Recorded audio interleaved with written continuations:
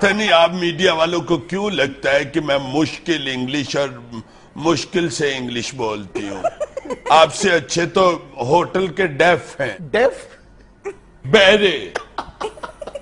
एक तो अंग्रेजी का तर्जुमा भी मुझे खुद ही करना पड़ता है।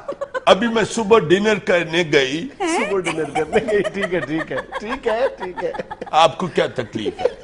स्टार्स को जब टाइम मिले वो कर लेते हैं डिनर।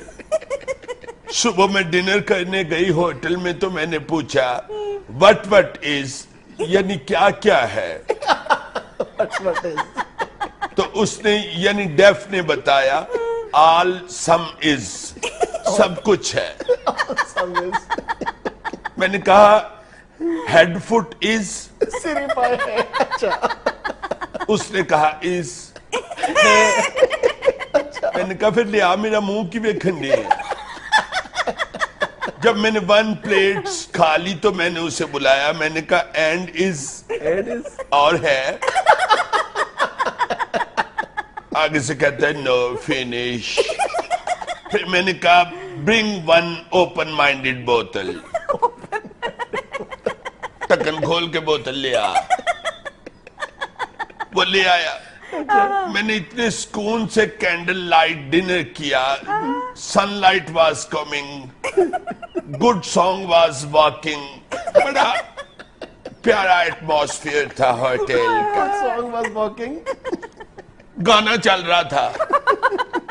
डेफ ने फिर आके मुझसे पूछा मैडम एंड सम, और कुछ? I said no handsome, go and bring the mathematics. Mathematics साहब लेके आ। मैं की खादा है, मैनू नहीं याद रहंदा मैं की खादा है। ना मैनू ये याद रहंदा मैं की खादा है, ना मैनू ये याद रहंदा कि किदा किदा खादा है।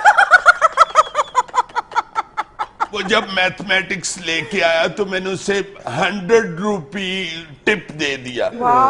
मैंने कहा go and kill the waves. Kill the waves. जा जाके मौजा मार। आपकी अंग्रेजी बहरा ही समझ सकता है। डोंट डू टिच कर, keep your work with work. अपने काम से काम रखे सर। आप इन्हें छोड़ें, ये बताएं कि मंगनी टूटने की वजह क्या हुई? वजह क्या होनी थी? बस मिसेस थंब गुम गई। Mrs thumb?